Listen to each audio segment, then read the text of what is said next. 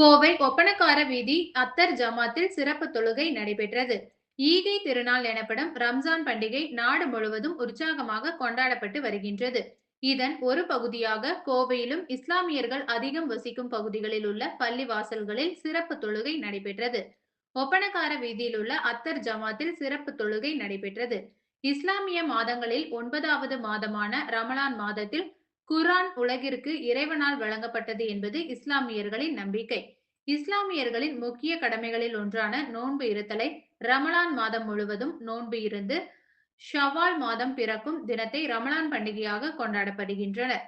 சிறப்பு தொழுகைக்கு பின்பு பித்ரா எனப்படும் தங்களுக்கு விருப்பமான பொருட்களை ஏழை எளிய மக்களுக்கு தானமாக கொடுத்தும் ஈகை திருநாளை கொண்டாடி வருகின்றனர்.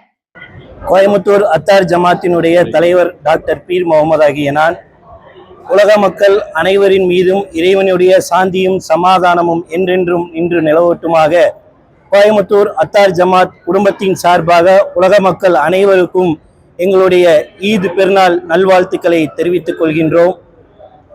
முதலாவதாக உலகத்தில் உள்ள அனைத்து மக்களும் நிம்மதியாகவும் சந்தோஷமாகவும் அமைதியாகவும் வாழ ஏக இறைவனின் பிரார்த்தித்தவனாக எங்களுடைய இரு பெருநாட்களில் ஒன்றான இந்த ஈதுல் ஃபித்ர் இன்று நாங்கள் கொண்டாடி கொண்டிருக்கின்றோம். கடந்த 30 நாட்களாக நோன்பு நோற்றிருந்து எங்களுடைய விரதங்களை எல்லாம் முடித்து தற்பொழுது எங்களுடைய பெருநாள் தொழுகையை முடித்து கொண்டு உலக மக்கள் அனைவருக்கும் வாழ்த்து செய்தினை தெரிவித்துக் கொண்டிருக்கின்றோம்.